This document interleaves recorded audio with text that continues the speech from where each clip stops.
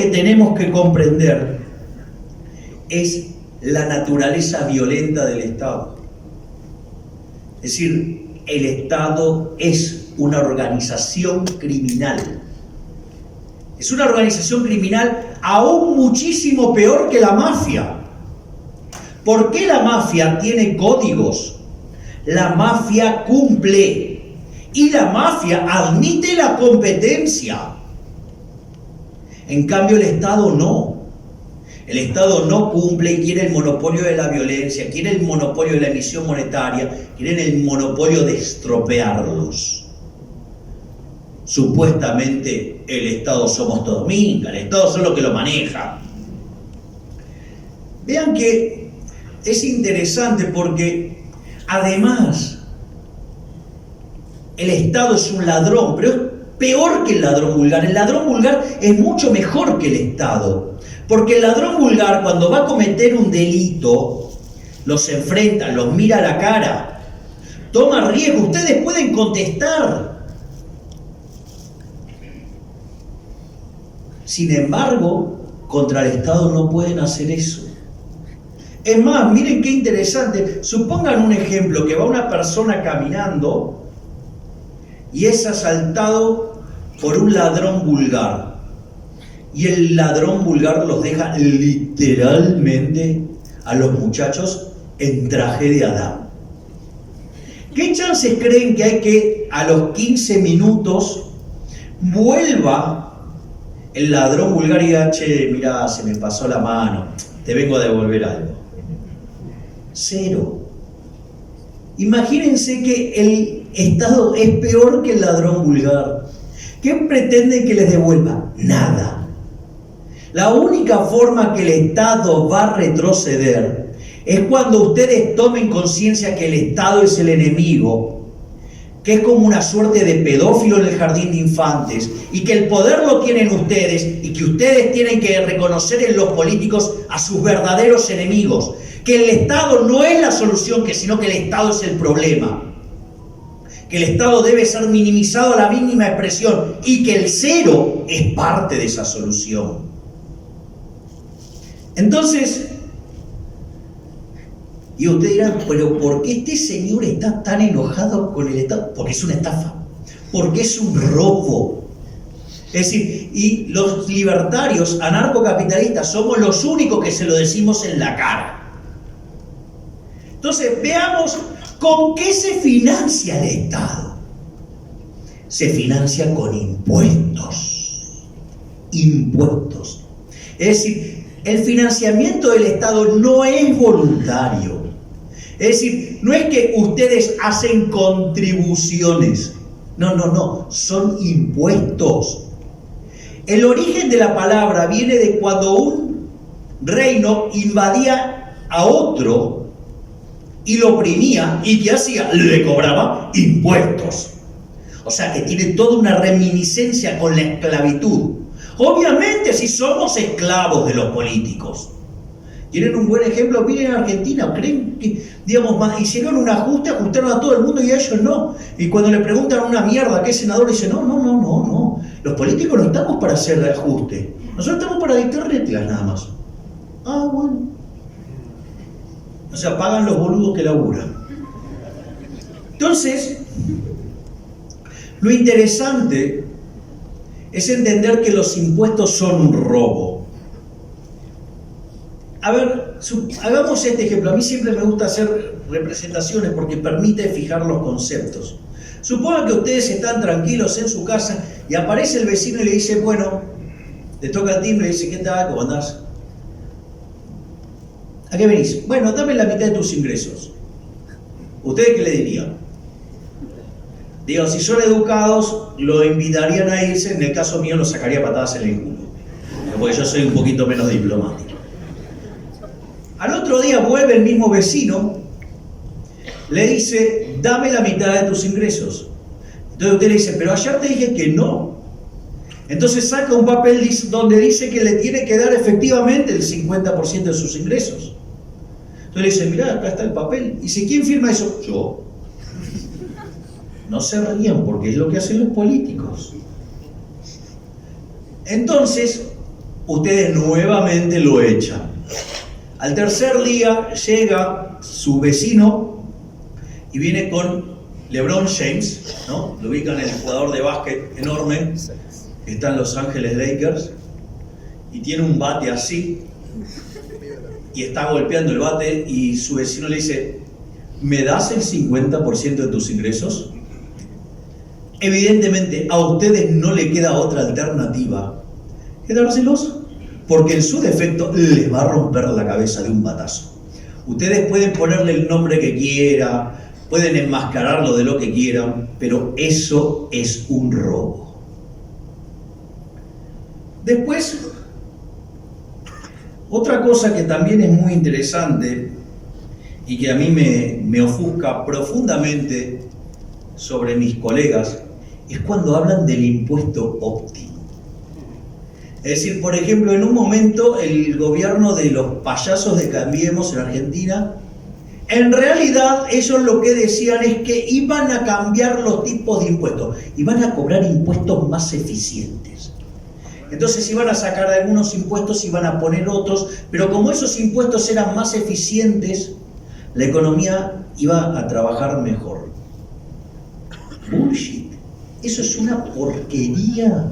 Es una porquería.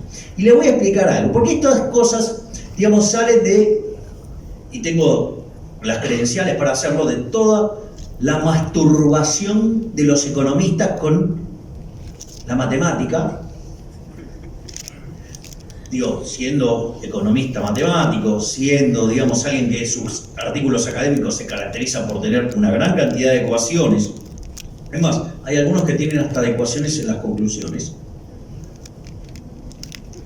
Básicamente, como todo esto tiene que ver con hacer derivadas y todas esas cosas, ustedes saben que el impuesto más eficiente para cobrar son los que se llaman impuestos de suma fija o lump sum, ¿sí? Básicamente, entonces es un impuesto a la capital fijo. Entonces vamos a jugar con el mundo neoclásico, donde además hay un agente representativo. Entonces, si hay un agente representativo, yo le voy a cobrar, digamos, a todos el mismo impuesto de suma fija. Bueno, ahora le voy a cobrar un impuesto del 100%. Algo que sea idénticamente igual a lo que gano. Como son todos iguales, porque soy agente representativo, me quedé con el ingreso de todos, me quedé con todo el ingreso de la economía. Supuestamente para estos pelotudos eso tendría que ser eficiente. Sucede que estoy con una economía comunista. ¿Se dan cuenta que es una estupidez? Puedo plantear, es decir, lo que verdaderamente importa es cuánto me saca el político. No me importa el nombre que le ponga. Eso es indiferente, no importa para nada eso. Es decir, al final del día el nombre que le pongan en los impuestos no me importa, me importa cuánto me sacan. Hoy me sacan el 70% de lo que gano. Estoy furioso. ¿Por qué? Porque soy un esclavo, porque trabajo básicamente 9 meses para sostener a un conjunto de parásitos. Basta. ¿Ok? Entonces, lo que verdaderamente importa es cuánto se llevan los políticos. ¿Qué es eso del impuesto óptimo? Un impuesto óptimo. Otra digamos, somos los campeones del oranismo, digamos, los economistas, con las malditas funciones cóncavas, donde van a encontrar un nivel de impuesto óptimo. Vamos a hacer el ejercicio. ¿Cuántos de ustedes están a favor de respetar la vida? Veo que hay pocos socialistas porque claramente todos están a favor de respetar la vida. ¿Cuántos están a favor de asesinar gente? ¿Tenemos un socialista? Es decir, si ustedes se fijan, los valores son respetar la vida, condenar el asesinato. Acorde a las funciones cóncavas, donde debe haber un valor intermedio que es óptimo, entonces existe el nivel de tortura óptima. Trabajemos por el nivel de tortura óptima. Es decir, cuando los economistas le hablan que vamos a buscar una estructura impositiva óptima, está hablando de un nivel óptimo de tortura. Es decir, hay que ser muy hijo de puta. ¿Se dan cuenta? Es decir, tienen que tomar conciencia de ello. ¿Pero ustedes se creen que esto se termina acá? No, tengo mucho más. Es como el chiste de dos españoles y uno le dice, oye Manolo, se te cae la baba. No importa, tengo más. Bueno, esto es igual. Entonces, también está el tema de los intereses de los políticos. Hay ingenuos que creen que los políticos están interesados en resolver sus problemas. Vengo a contarles algo, eso es falso. Lo único que le importa al político es ganar la elección. Una vez que la ganó, lo que más le importa es conseguir su reelección. Y si es posible ver la forma en la cual puede perpetuarse en el poder. Ah, ustedes no, bueno, ustedes son los boludos que pagan impuestos. Sí, es más, hay algo que jamás deberían dejarle pasar. Nunca le permitan a la basura del político que los llamen contribuyentes. Jamás. Yo me niego. O sea, yo, digamos, soy un pagador de impuestos.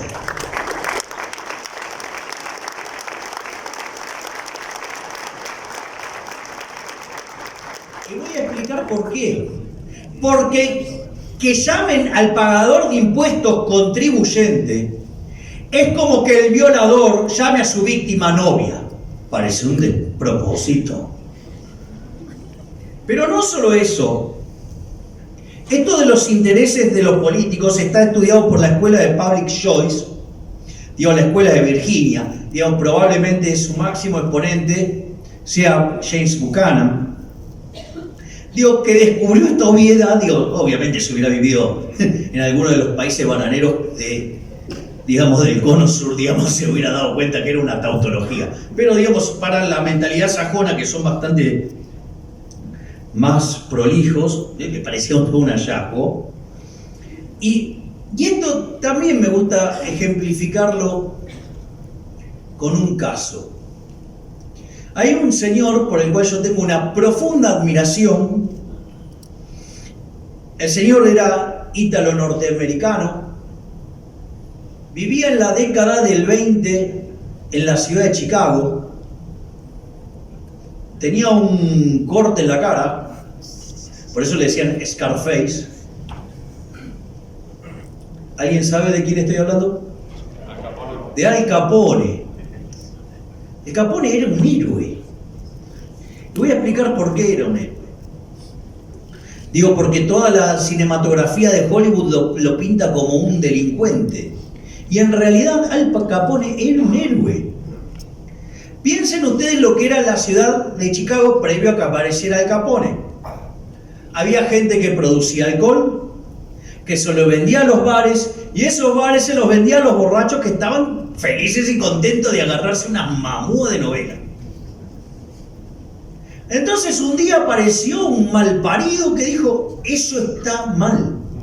Acorde a las preferencias de quién, de él. Entonces se le ocurrió prohibir el alcohol y apareció la ley seca. Por lo tanto, los productores de alcohol no le podían vender a los bares alcohol y por ende los bares no le podían vender alcohol a los borrachines. Fíjense la situación de los productores de alcohol. ¡Tremendo! Habían perdido su base de sustentación. Hay un montón de cosas que ya no van a poder comprar. No van a poder emplear gente. Están dejando un montón de desempleados. Miren del otro lado el pobre hombre, el Moe de Chicago, ¿no? Se quedó sin laburo. Piensen en Barney, en Homero. En Carl y en Lenny. Miren todas las cosas que nos perdíamos.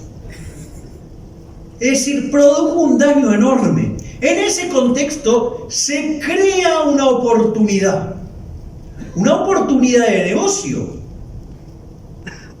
Y alguien la descubre. ¿Quién es el que la descubre? El héroe, Al Capone.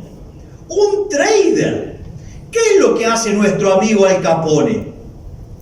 ¿Vieron? Ya los pasé al lado de los amigos y nadie se quejó. Ya estamos ganando de a poco la batalla cultural. Al Capone va, se encuentra con los productores de alcohol y les compra el alcohol. Y ese alcohol se lo lleva ¿a qué? A las tabernas.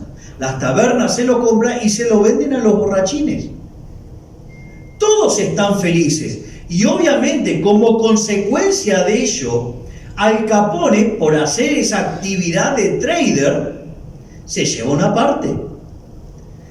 Ahora, ¿cuál es el problema? El problema es que esa actividad era ilegal y eso implicaba que fuera un poquito más riesgosa y entonces había que cargar un retorno un poco más alto. Pero como si eso fuera poco, aparece un pelotudo llamado Elliot Ness con un conjunto de pelotudos que estaban a su lado, que se llamaban los Intocables, y eran extremadamente eficientes en la persecución. Como consecuencia de ello, el negocio se vuelve tremendamente riesgoso. Entonces, al ser tremendamente riesgoso, tiene unos retornos enormes. Y hay gente que le gusta tomar riesgo para agarrar semejante retorno. Por lo tanto, trae un montón de gente pesada. Entonces, no le queda otra que el pobre Al Capone que resolver esta diferencia como a los tiros.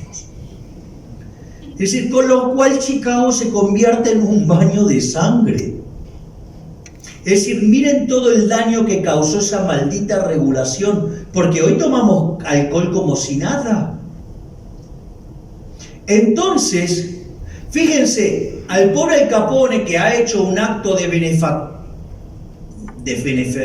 beneficio social, ha sido un benefactor social, lo perseguían por traficante, lo perseguían por asesino y sin embargo fue preso por evadir impuestos. ¿Se dan cuenta cuál es la lógica? Pueden ser un traficante, pueden ser un asesino, pero ustedes no se pueden meter con la de los políticos. ¿Por qué? Porque al no pagar impuestos se metió con los políticos. Los políticos le van a permitir cualquier cosa, pero acá lo que tienen que entender que la única vaca sagrada es el culo de los políticos. Y cuando ustedes se le meten con su fuente de ingresos, que son los impuestos, le van a caer encima. Es decir, lo que tienen que entender es que el Estado es el enemigo, que los políticos son su enemigo y que la mejor forma de avanzar sobre la libertad es minimizar el tamaño del Estado. Y obviamente